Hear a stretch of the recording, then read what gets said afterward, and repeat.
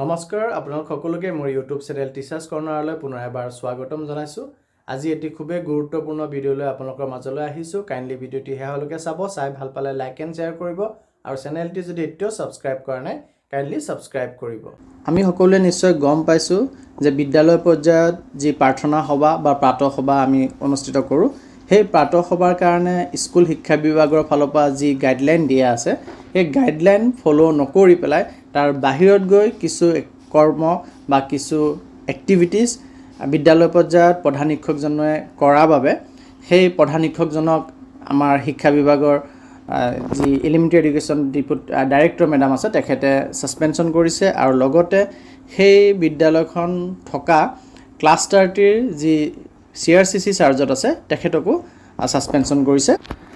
আপোনালোকে স্ক্ৰীনত head টিচাৰগৰাকীক suspension কৰা অৰ্ডাৰটো দেখা পাইছে আৰু ইয়াত স্পষ্টকৈ লিখিছে যে যি নৰ্মছ আৰু গাইডলাইনছ মৰ্ণিং এছেম্বলিৰ ক্ষেত্ৰত ডিপাৰ্টমেণ্ট অফ স্কুল এডুকেশ্যনৰ ফালৰ পৰা দিয়া আছে তাক ভায়লেশ্যন কৰিছে তেখেতে তাতে কিবা পাৰফৰ্মেঞ্চ কৰিছে, ৰিলিজিয়াছ এক্টিভিটিজ কৰিছে, সেইকাৰণে তেখেতক এই নিৰ্দেশনাৰ যোগেদি ছাছপেনশ্যনত দিয়া হৈছে আৰু তাৰ লগতে CRCCজনকো ছাছপেনশ্যনত দিছে। দুটা অৰ্ডাৰ প্ৰকাশ পাইছে। এতিয়া আমাৰ মনলৈ কথা এটি আহে যে বিদ্যালয়ত আমি যি প্ৰাতঃ সভা অনুষ্ঠিত কৰোঁ তাৰ কিদৰে অনুষ্ঠিত কৰিব লাগে, তাৰ লেটেষ্ট ইনষ্ট্ৰাকশ্যন বিভাগৰ ফালৰ পৰা কি আহিছে আৰু সেই ইনষ্ট্ৰাকশ্যন যোনটো লেটেষ্ট আহিছে সেইটোৰ যোগেদি তাৰ আগতে যিমানে ইনষ্ট্ৰাকশ্যন দিছিলে গোটেই ইনষ্ট্ৰাকশ্যনবোৰ বাতিল কৰা হৈছে বুলিও ইনষ্ট্ৰাকশ্যনটোত স্পষ্টকৈ উল্লেখ কৰিছে। গতিকে কোনোবাই ক'ব পাৰে যে অমুকটো এক্টিভিটি আমি কৰাই আছোঁ আৰু এইটো এক্টিভিটিৰ বিষয়ে ডিপাৰ্টমেণ্টৰ ফালৰ পৰাই নিৰ্দেশনা আছিল বা আমি আগৰ পৰাই কৰাই আহিছোঁ, কিন্তু সেই কথা নহয় আচলতে, কাৰণ ডিপাৰ্টমেণ্টে এটি লেটেষ্ট ইনষ্ট্ৰাকশ্যন দিছে এই সংক্ৰান্তত আৰু সেই ইনষ্ট্ৰাকশ্যনটোৰ জৰিয়তে আগতে দিয়া যিমান নিৰ্দেশনা আছে সকলো নিৰ্দেশনা বাতিলো কৰিছে। মই আপোনালোকক স্ক্ৰীনত সেই নতুন নিৰ্দেশনাটি দেখুৱাব চেষ্টা কৰিছোঁ আৰু নিৰ্দেশনাটিত উল্লেখ কৰিছে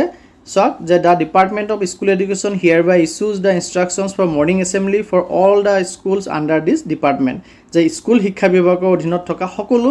বিদ্যালয় অৰ্থাৎ lower primary, upper primary, MV, UP, আমাৰ হাই স্কুল, হায়াৰ ছেকেণ্ডেৰী সকলোকে সাঙুৰি লৈছে। স্কুল এডুকেশ্যন ডিপাৰ্টমেণ্টৰ আণ্ডাৰত যিমান বিদ্যালয় আছে সকলোকে সাঙুৰি লৈছে আৰু ইয়াতে উল্লেখ কৰিছে কি কৰিব লাগিব।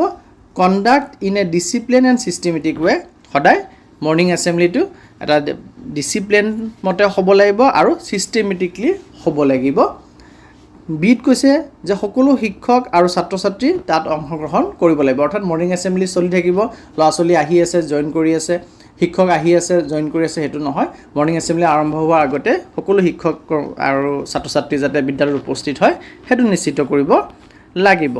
আৰু এক্টিভিটিজ কি কৰাব লাগিব, প্ৰেয়াৰ, জাতীয় সংগীত, ৰাষ্ট্ৰীয় সংগীত, অথ টেকিং অৰ্থাৎ প্ৰাৰ্থনাটি কিন্তু ধৰ্মীয় প্ৰাৰ্থনা হ'ব নোৱাৰে, সৰ্বধৰ্ম প্ৰাৰ্থনা এটি হ'ব লাগিব। জাতীয় সংগীত বা ৰাষ্ট্ৰীয় সংগীত পৰিৱেশন কৰিব আৰু শপত বাক্য পাঠ কৰিব পাৰে। ইনস্পেকশ্যন অফ পাৰ্চনেল ক্লিনলিনেছ, পৰিষ্কাৰ পৰিচ্ছন্নতা ইনস্পেকশ্যন কৰিব অৰ্থাৎ পৰ্যবেক্ষণ কৰিব, পৰিদৰ্শন কৰিব। Reading of number table, quiz, speech on selected topic, যে আমাৰ যি নেওতা আছে নেওতা বা কুইজ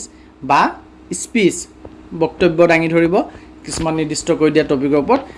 ষ্টুডেণ্টৰ কেটেগৰী ৱাইজ কোন পৰ্যায়ৰ ছাত্ৰ ছাত্ৰী হয়, লোৱাৰ প্ৰাইমেৰী হ'লে কি কৰাব, আপাৰ প্ৰাইমেৰী হ'লে কি কৰাব, হাই হ'লে কি কৰাব, সেইটো স্কুলে থিৰাং কৰি ল'ব, এইকেইটাৰ ভিতৰত ছিলেক্ট কৰিব। Discussion on significance of the day, দিনটোৰ মহত্বৰ ওপৰত আলোচনা কৰিব আৰু মেছেজ অফ গ্ৰেট পাৰ্চনেলিটি, মহৎ লোকৰ বাণী আলোচনা কৰিব। গতিকে এনেধৰণৰ কাৰ্যসূচীৰে আমাৰ ৰাতিপুৱা মৰ্ণিং এছেম্বলিটি বিদ্যালয়ত অনুষ্ঠিত কৰিব লাগিব। All other instructions issued earlier related to morning assembly have been withdrawn, এই কথাটি গুৰুত্বপূৰ্ণ কথা যে আগতীয়াকৈ বা আগতে যিমান নিৰ্দেশনা দিয়া হৈছিলে প্ৰাতঃ সভাৰ ওপৰত সেই সকলোবোৰ উইথড্ৰ কৰি লোৱা হ'ল, উঠাই লোৱা হ'ল। অৰ্থাৎ এই 24 জুলাই 2024 তাৰিখে যোনটো নিৰ্দেশনা প্ৰকাশ পাইছিলে সেই নিৰ্দেশনাটিহে বৰ্তমান বলবৎ হৈ আছে। তাৰ আগতে যিবোৰ নিৰ্দেশনা প্ৰকাশ পাইছিলে সেইবোৰ উঠাই লোৱা গৈছে আৰু নিৰ্দেশনাটিত চাইন কৰিছিলে আমাৰ secretary to the government of Assam department of school education Narayan Konwar sir আৰু নিৰ্দেশনাটি কপিটো সকলো বিভাগলৈ আহিছে শিক্ষা বিভাগৰ সকলো মানে মিছন ডাইৰেক্টৰ সমগ্ৰ শিক্ষাই হওক ডাইৰেক্টৰ এলিমেণ্টাৰী এডুকেশ্যনেই হওক বা ছেকেণ্ডেৰী এডুকেশ্যনেই হওক অল IS DO আৰু মিনিষ্টাৰ অফ এডুকেশ্যনৰ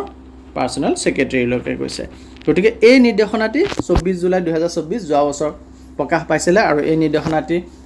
প্ৰকাশ পোৱাৰ পিছত আমি এই নিৰ্দেশনাটি মানি পেলাই বিদ্যালয়ত প্ৰাতঃসভা অনুষ্ঠিত কৰিব লাগিব আৰু তাৰ আগৰ যিমান নিৰ্দেশনা আছে সকলোবোৰ উইথড্ৰ কৰি লোৱা গৈছে গতিকে এই নিৰ্দেশনা ফলো নকৰি পেলাই তাত যি ধৰ্মীয় কাজ এক্টিভিটিজ কৰাইছিলে প্ৰধান শিক্ষকজনে তাৰ কাৰণে তেখেতক নিলম্বন কৰা গৈছে গতিকে মোক বহুতে সুধিছিলে যে প্ৰাতঃসভা অনুষ্ঠিত কৰা নীতি নিয়মৰ সম্পৰ্কে কিবা নিৰ্দেশনা আছে নেকি গতিকে এই নিৰ্দেশনাটি আপোনালোকে মই স্ক্ৰীনত দেখুৱাইছোঁ আপোনালোকে স্ক্ৰীনশ্বট লৈ ল'ব পাৰিব এই নিৰ্দেশনাটি প্ৰাতঃসভা বিদ্যালয়ত কিদৰে উদযাপন কৰিব লাগে সেই সংক্ৰান্তত এই নিৰ্দেশনাটি দিয়া আছে ধন্যবাদ